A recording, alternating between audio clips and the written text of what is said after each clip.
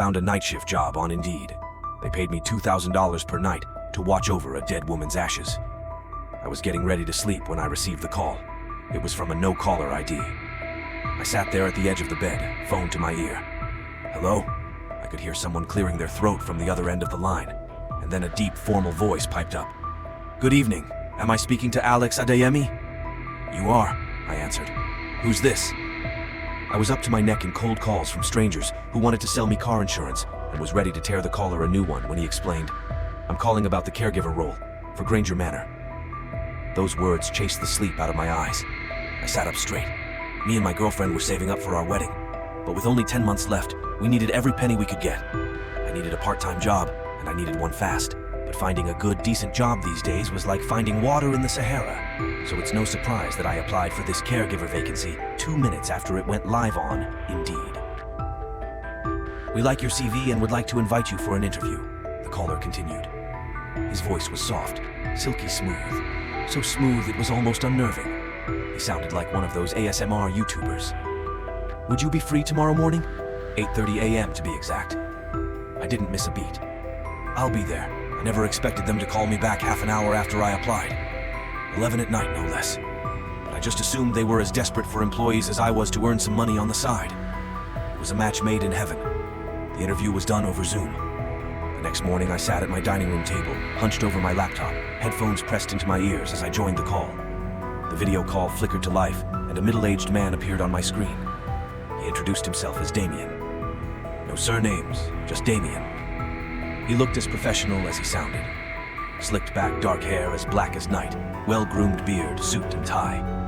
He smiled, but if there was even a shred of warmth left in that smile, it didn't reach his pale blue eyes. The corners of his mouth were pulled back just a little too far, revealing teeth that were unnaturally even and white, as if he spent a lifetime polishing them to perfection. He asked all the usual questions. What are your weaknesses? What do you believe are the most important qualities for a caregiver to possess? And how do you demonstrate them? Why do you think you're a good fit for this company? I bullshitted my way through the interview. I asked a few questions of my own too. There were barely any traces of the care home on the internet, and I was curious about that. Damien glanced up at me. His smile never wavered, but his eyes held a flicker of something unreadable. It looked a little like surprise. Ah, yes, he began, his voice measured and calm. We pride ourselves on maintaining a private and exclusive environment for our residents. Many of them prefer a more discreet approach, away from the prying eyes of the public. It sounded like he was reading from a rehearsed script. I ignored the red flags. Looking back at it, I ignored a lot of red flags. Money sometimes makes you blind. In the end, I got the job. I started work the next evening. I kissed Celine goodbye and was out the door. The place was a 45-minute drive from our house, in the ass-crack middle of nowhere. Frank Ocean sang his heart out on the car radio as I sped through the highway on a foggy night. The long road ran through the woods, and I drove past miles and miles of tall birch trees that stretched up to the cloudy sky. All around me, there was nothing but forest. The care home was nestled at the end of a quiet street in a gated community. It was a small, old-school bungalow with neatly trimmed bushes and colorful flower beds on the lawn. I parked up, stepped out, and headed to the front door.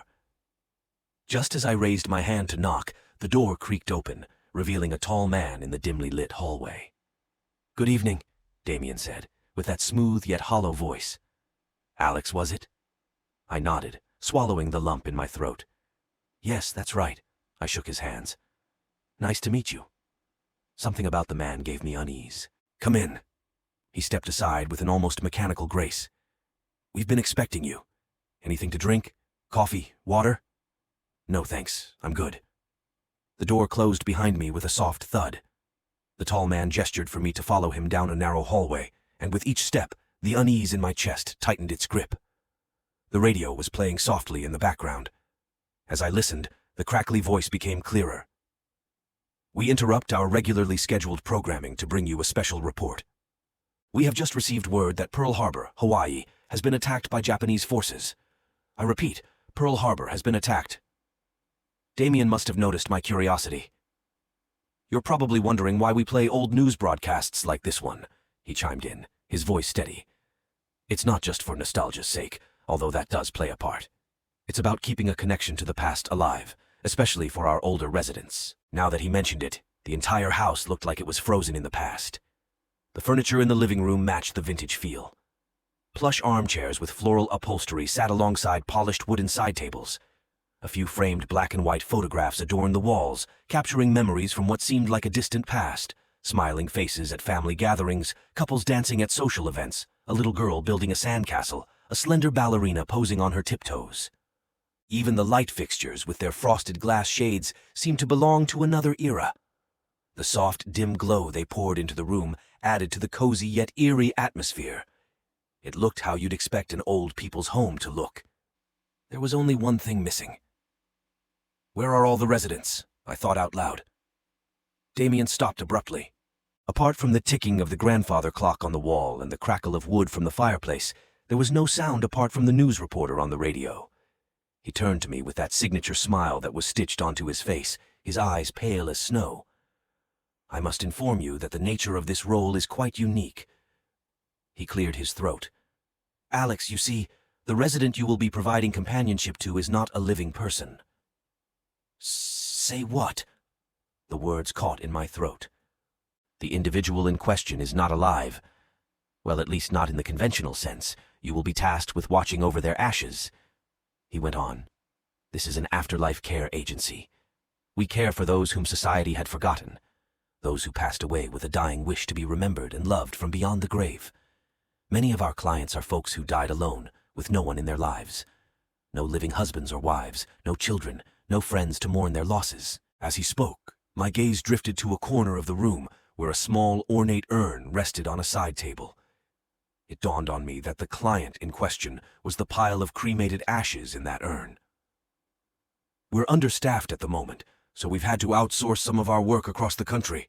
It's a rather unconventional responsibility, I understand, so if this isn't what you were expecting, it's perfectly—" I was on my way to the door before he even finished his sentence. "Oh, hell nah. The pay would be $2,000 per night," he added, stopping me in my tracks. "We've already wired this night's pay to your account."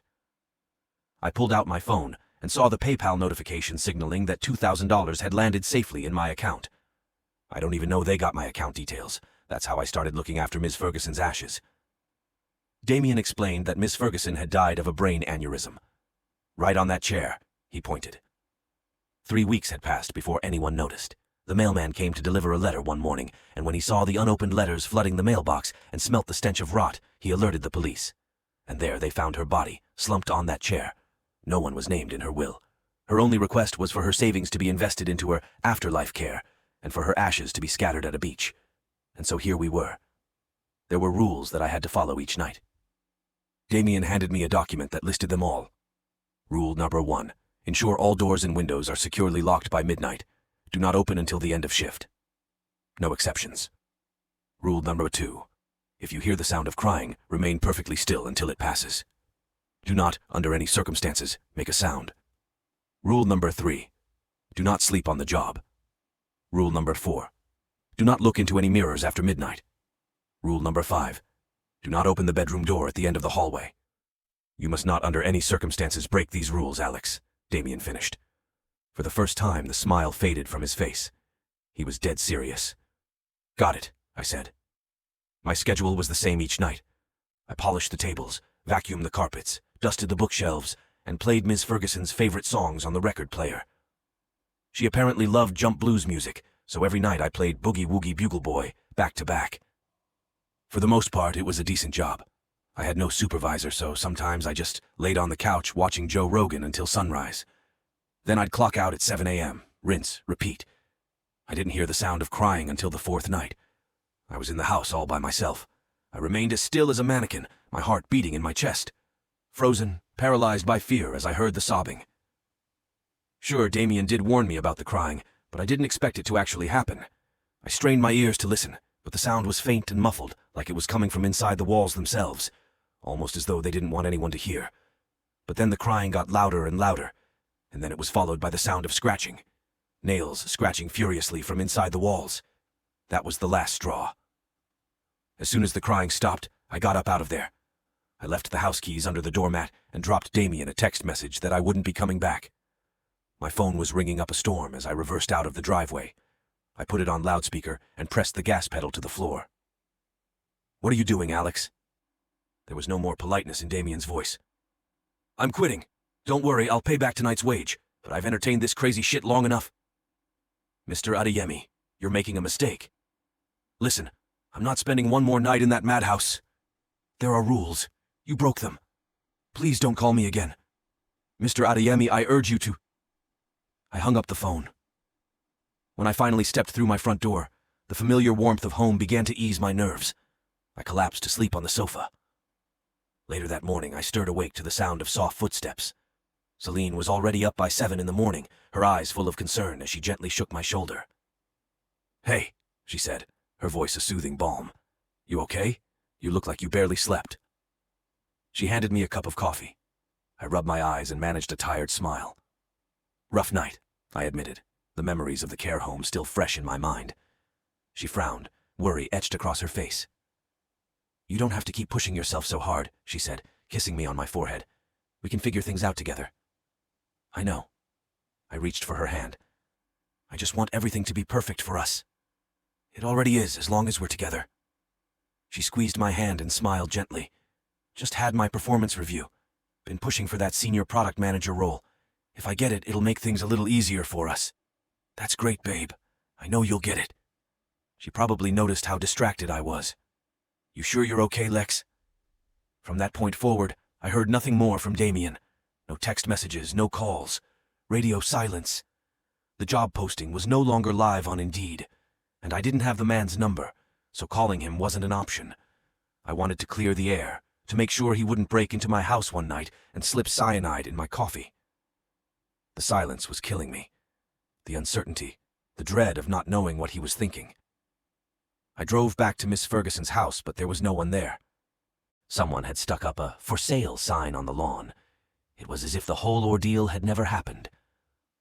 4 nights that were blotted out of history. Life went back to usual for the most part. At that point, I hadn't told Celine what had happened, not about the special requirements of the job, the weird rules, or the muffled crying I heard from inside the walls. I didn't want to worry her. She had enough on her plates. Everything would go back to normal, I convinced myself. I was wrong. One morning, as I got up to brush my teeth, I glanced in the mirror and saw the reflection of an old lady standing behind me. I spun around and saw no one there. But when my eyes drifted back to the mirror, there she was again, impossibly thin and frail, draped in a tattered nightgown, leaning on a cane. Her eyes were red and teary. She had been crying. At the office, I'd see her lithe frame in toilet mirrors. Her silent eyes were now dead, as though she had run out of tears. There she was in the corner of my bedroom at night, her silhouette lurking in the dark, walking aimlessly, drifting at the corner of my eyes. But when I looked directly at her, she'd vanish again.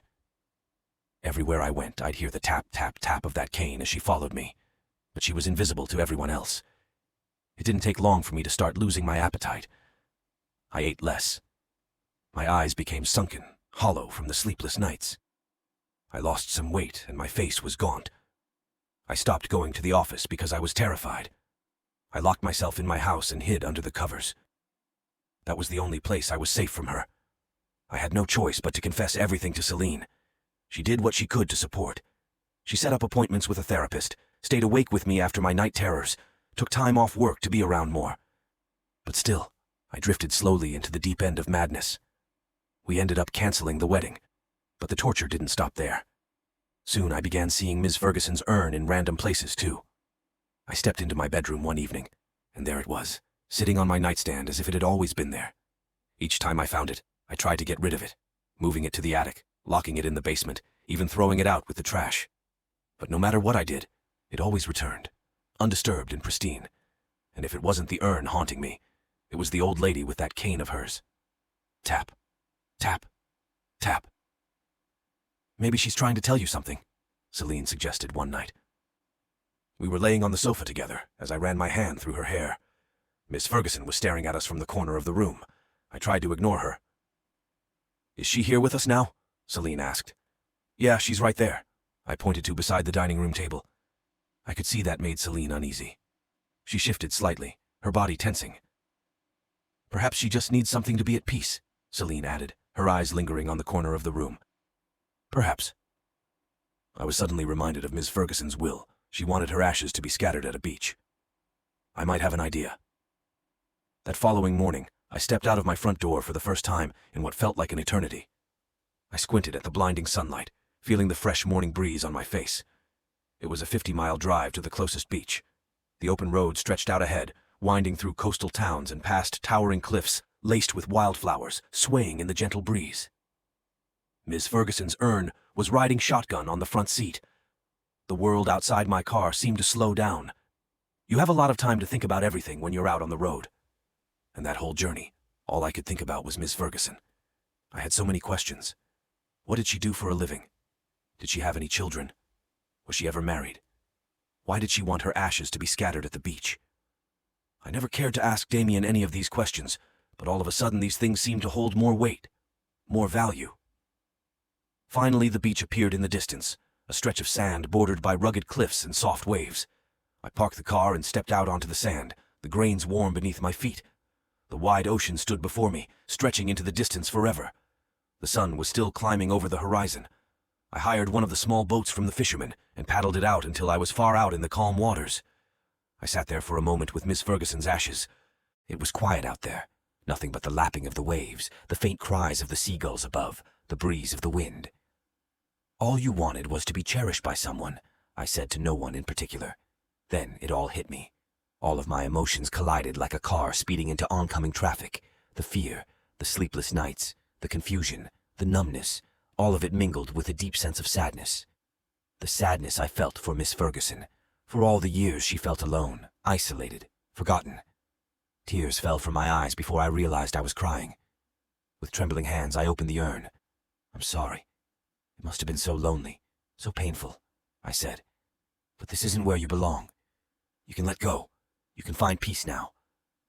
I scattered her ashes into the sea, and as I watched it drift away, I felt a heaviness lift off from my shoulders. I never saw Miss Ferguson again after that,